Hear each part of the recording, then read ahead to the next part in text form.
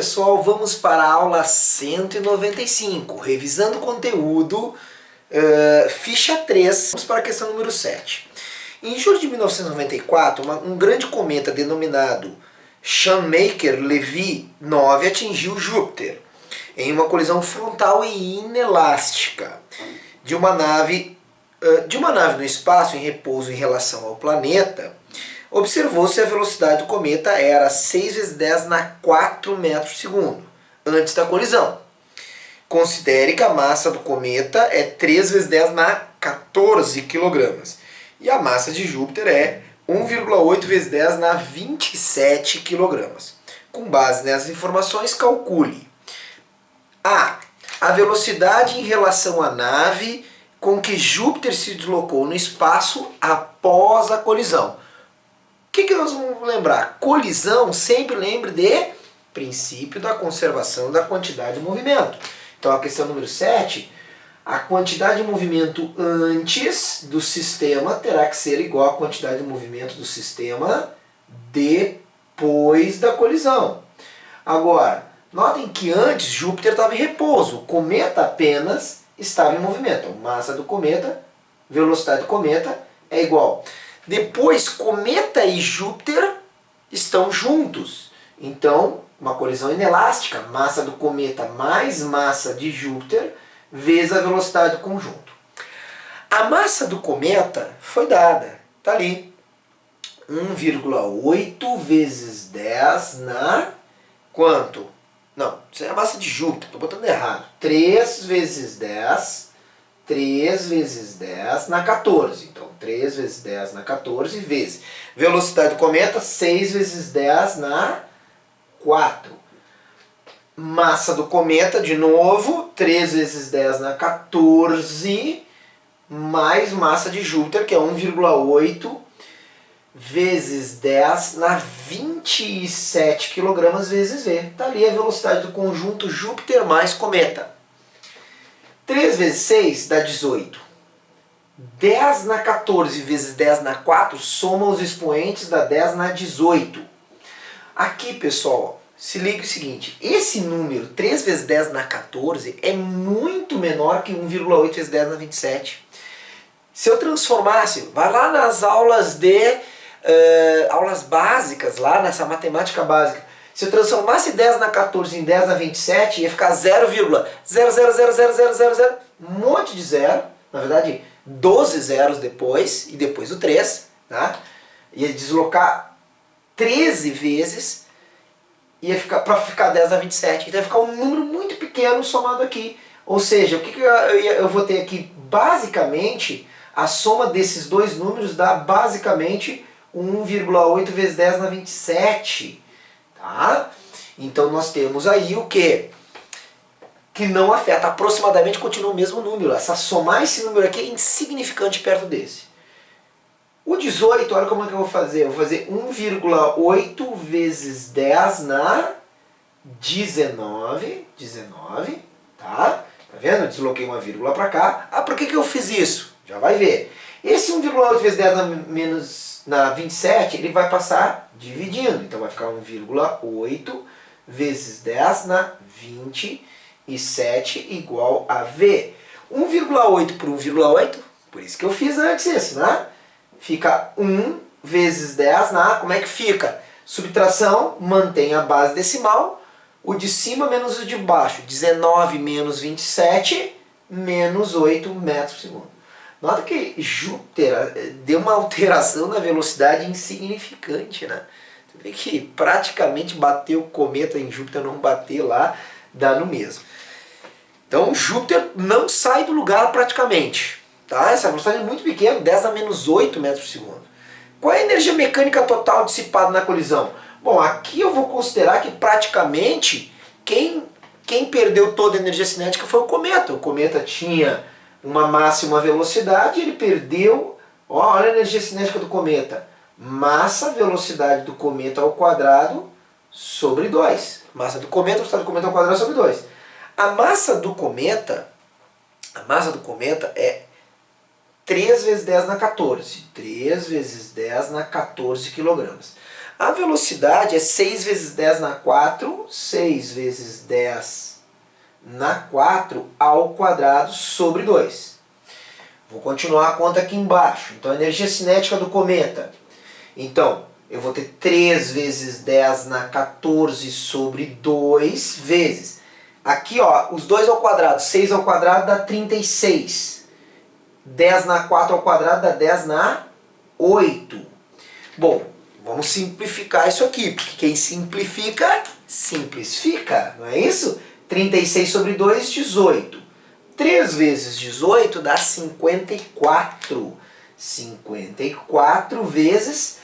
Bom, 10 na 14 vezes 10 na 8 dá 10 na 22 joules. Vamos botar em notação científica, 5,4 vezes 10 na 23 joules. Uma vez para a esquerda, aumenta uma unidade.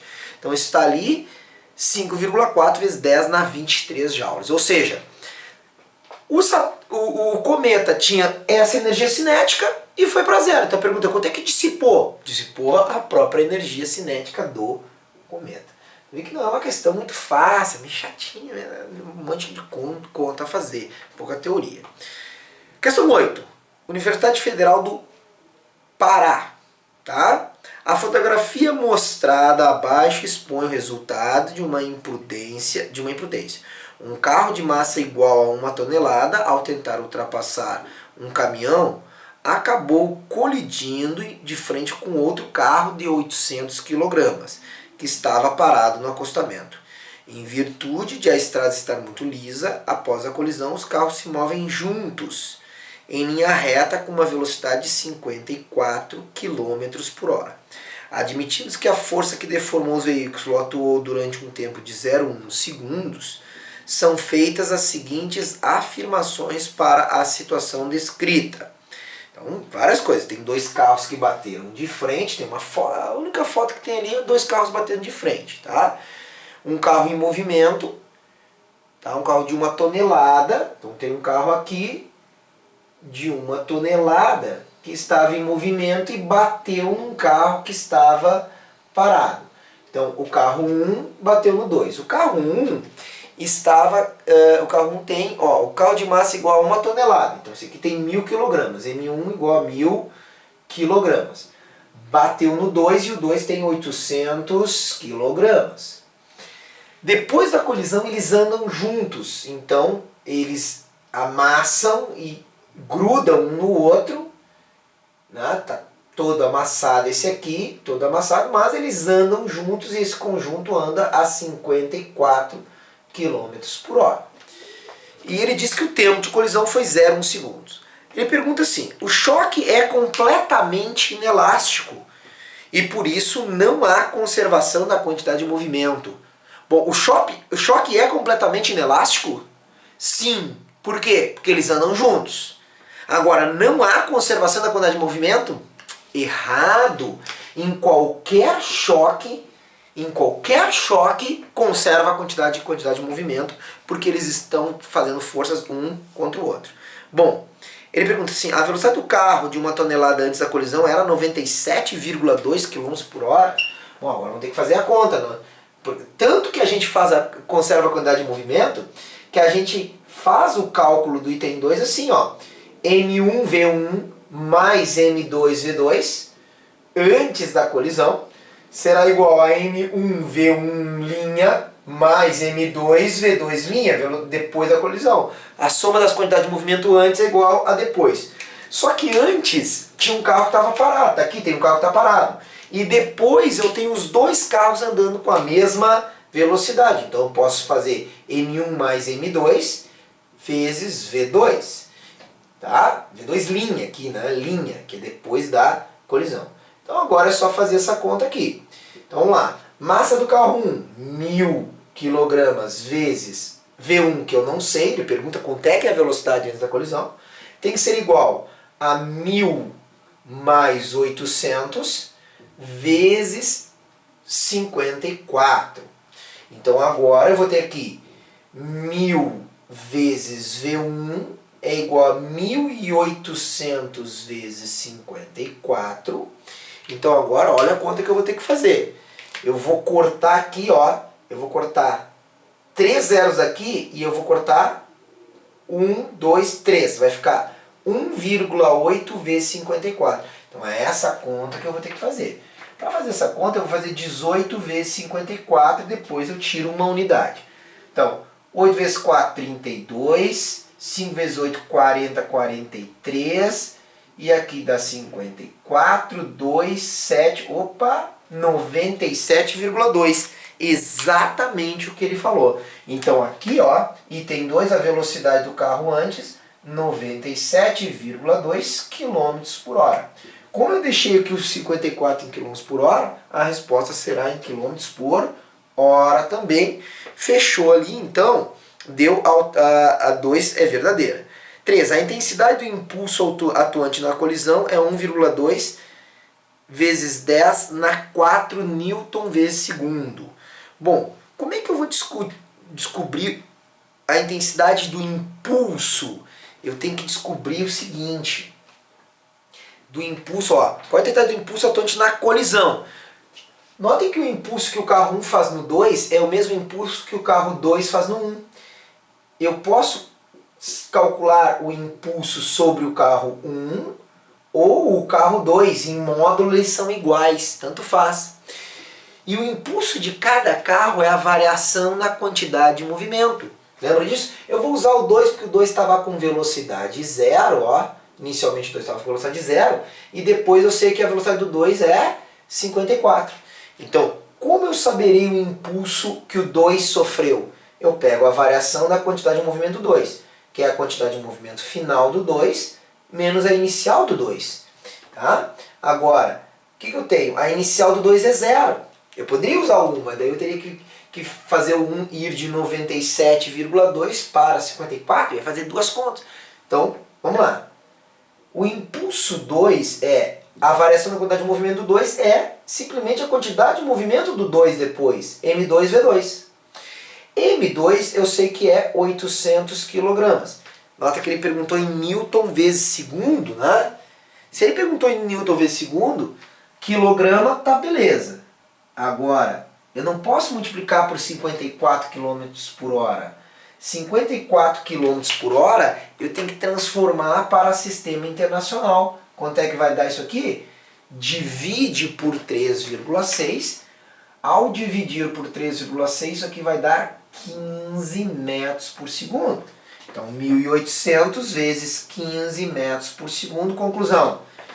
Nota que essa conta aqui vai me dizer que o impulso 2 vai dar 1.200. Ó, quilograma metro por segundo é a mesma coisa que newton vezes segundo. Qual é a conclusão? Vai dar 1,2 vezes 10 na 3 newton vezes segundo. Tá? Então, opa, 1,5 não, é 15. Não sei por que eu botei 1,5. Então isso aqui vai dar 12.000, né? 12.000 e 1,2 vezes 10 na 4 newton vezes segundo. Fica às vezes uma bobagem que é uma questão. Então 15 vezes 800, 12.000, 1,2 vezes 10 na 4 newton vezes segundo, e esse item é verdadeiro. Último item, a intensidade da força média que deformou os veículos. Bom, se eu sei o impulso, olha aqui, olha o impulso, eu sei o impulso, tá? Impulso, item 4. Impulso é força média vezes ΔT. Ele me disse que a colisão demorou 0,1 segundo. Então tá aqui. 1,2 vezes 10 na 4 força. Nota que 0,1 é 10 na menos 1. Então, 10 na 4 dividido por 10 na menos 1, então vai ficar assim, ó, 1,2 é igual a 1,2 vezes 10 na 4 dividido por 10 na menos 1 é 4 menos menos 1. Vai dar 1,2 vezes 10 na 5 newtons. E ele disse que era 1,2 vezes 10 na 3. Ah, olha só, perigoso, né? Ele foi em cima do erro aqui de operação, erro matemático, né? 10 na 4 dividido por 10 na menos 1 é 10 na 4 menos menos 1, que dá 10 na 5, e não 10 na 3. Então a 4 está errada. Essa daí é a questão número 8 da Federal da Paraíba. Vamos... do Paraíba não, desculpa, Pará. Agora vamos para a questão número 9. UFS, Sergipe. Federal do Sergipe. Então essa é a número 8, vamos para a número 9, que diz assim: uma esfera A tem massa de 300 gramas e encontra-se inicialmente em repouso sobre uma superfície horizontal lisa. Outra esfera B, de massa 200 gramas, colide frontalmente com A com velocidade de 5 metros por segundo. A colisão entre os corpos é totalmente inelástica. Tá, então a A, na questão número 9, a A está em repouso. Então tem uma A aqui, velocidade inicial da A em repouso. Vem uma segunda, que é uma B, e a B tem velocidade, ó, colide frontalmente com a A com velocidade de 5 metros por segundo. 5 metros por segundo é a velocidade, tá aqui a velocidade inicial da A, velocidade inicial da B, 5 metros por segundo.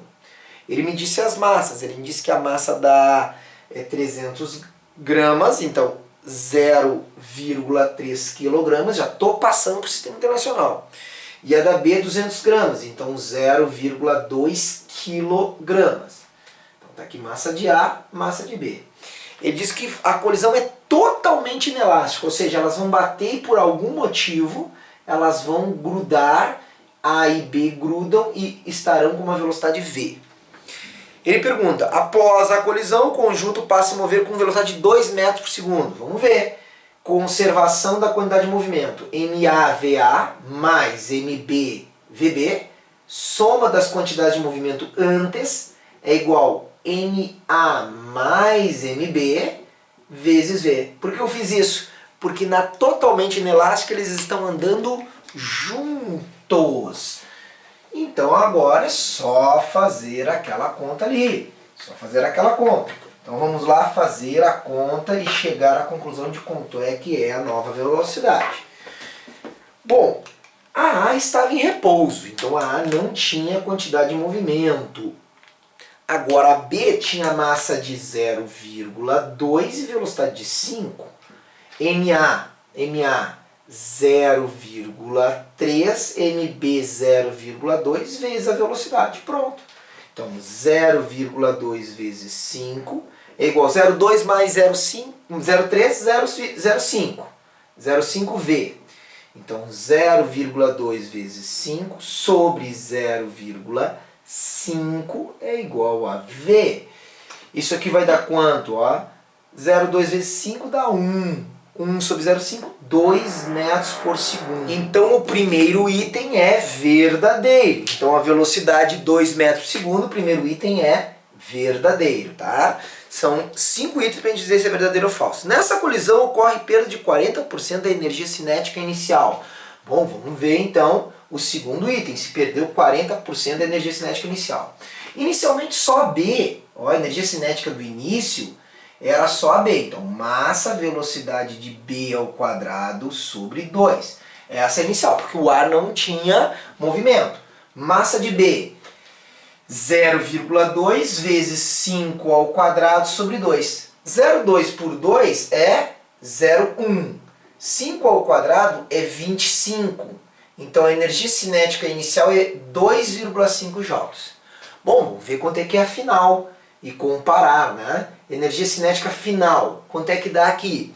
Energia cinética final vai dar massa de A mais de B, vezes a velocidade do conjunto que eu já calculei, que eu já sei que é 2, então vê que o segundo item depende do primeiro, né? Então, vamos fazer a conta. 0,3 mais 0,2 vezes 2 ao quadrado sobre 2. Posso cortar aqui, esse quadrado aqui com esse 2. E aí eu vou ter o quê?